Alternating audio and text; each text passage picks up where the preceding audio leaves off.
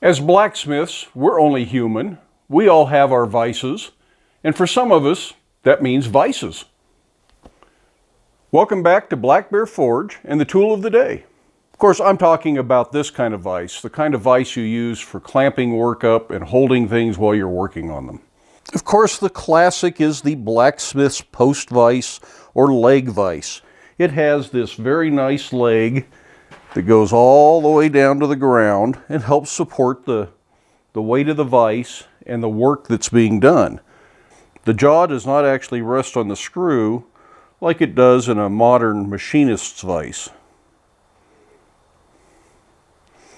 The jaws are actually loose, and it's just a spring that makes it feel tight, but the jaw can move and wiggle a little bit because all of the weight from working on the jaws up here is transferred down through that portion of the vise to this big plate down here, and that then transfers into the leg and all the way down to the ground.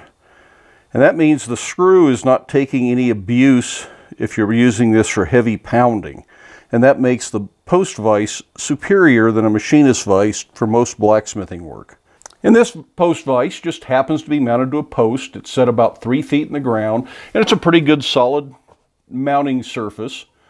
The vise is clamped up tight to the top, and I'll explain my mount here and why I don't actually like the traditional mount that this one uses so much. And this holds it well, and it gets it out away from the wall, so it's easy to work around it. This is still a little bit cramped because I have a small shop, and it'd be nice if it was about 5 feet all the way around it, but I just simply don't have the room to do that. The spring in a post vise is trapped under the mounting bracket and pushes on the bottom of the movable jaw, and that's really all it takes. These are usually just mild steel. It looks like it's about 5/16 thick mild steel. Smaller vices can get by with 1/4 inch thick. And there's just a little ear bent on the end of it here so that it doesn't slip out the sides, although once it's clamped, it doesn't really go anywhere. The other vices that you find in a blacksmith shop are often machinist vices or variations. This is a very interesting vise. It's the steep front and the tall jaw. Makes it quite easy to get in here and file at a sharp angle. So it's a real nice vise for filing. I don't know what brand it is. It's probably on there somewhere, but I can't read it right now. Definitely an old one. And then this is more the classic machinist vise. This is what you find available in most stores if you're buying new vices.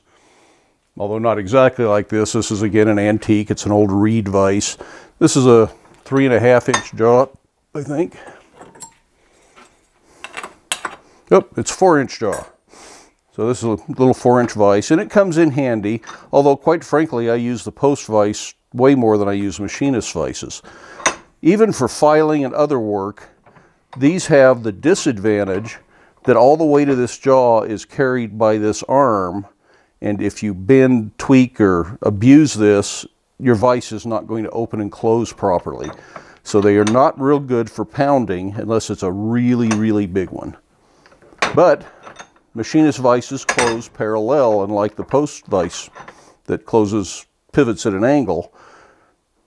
This closes parallel, so it's a much better work holding for filing and things like that. So it pays to have both in the shop. A third fairly common kind of vise that you find in the shop are drill press vices. If you have a drill press, these come in real handy. And I just have an assortment of these I've collected over the years that hang on the wall.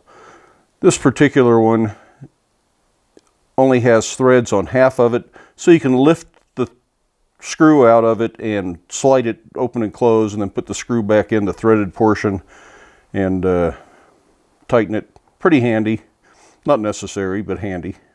Now, I commented on mounting brackets, and this is the traditional mounting plate that a post vise comes with. It can be built up and forge welded by bringing this portion back and welding it down, so they are something you can make in the shop. And it has this big U bracket that goes around this back jaw of the vise, and everything is held together with a pair of wedges. And that means the connection isn't always as tight as you might like, and the vise can wiggle a little bit, But the other problem that I have with this big plate that sits right up on top where I would like to be able to set things is that it's really easy for things to set up there and fall off. See, now that I want it to fall off, it's not going to. But frequently I have things that I set up here and they end up on the floor because they just won't set up on that plate. This other post vise that I have mounted to a workbench just uses a big U-bolt. And it goes through an angle iron plate welded to the underside of the workbench. And that could be clamped as tight as you want to turn those nuts. That will clamp it that tight. This is as solid as the workbench is. If that were mounted to a post, it'd be very solid. And this plate can either be at the top of the post, because it won't stick over more than that, so it takes up much less room than the other plate.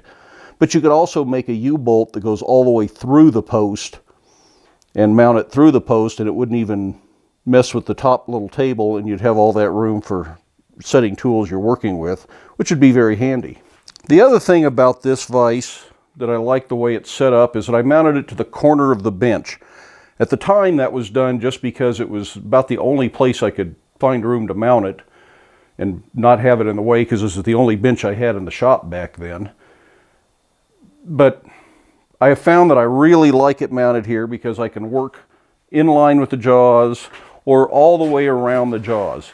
I have 180 degrees of travel in my work, and that is much better than a vise mounted to the side of the workbench where you can only get to the front easily and maybe 45 degrees off without too much trouble. But it's hard to come in and work right on the end if you're trying to do some precise filing or something.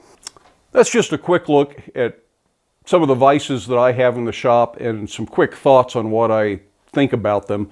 There are lots of things that you can do to make your vise more useful.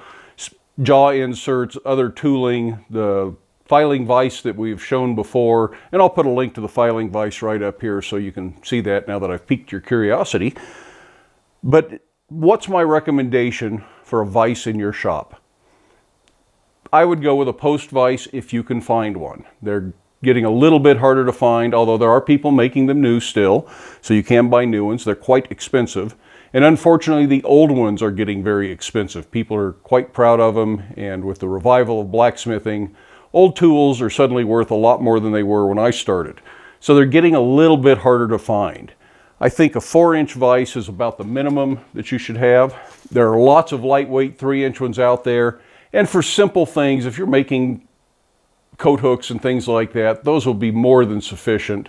But if you're doing any big heavy work and you really need to hammer in the vise, you're going to want a heavier vise. This particular vise is a 5 1/4-inch jaw vise. The other one I have is a 6-inch jaw. And those are very nice vises. I've seen some monstrous 8-inch jaw ones. The vises probably weigh 150 pounds. Really awesome, but a bit of overkill. You don't really need one that big.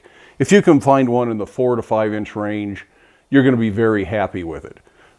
Take a close look at it though. These get bent up, abused, twisted, and while you can fix some of those things, it's better if you don't have to start with one like that.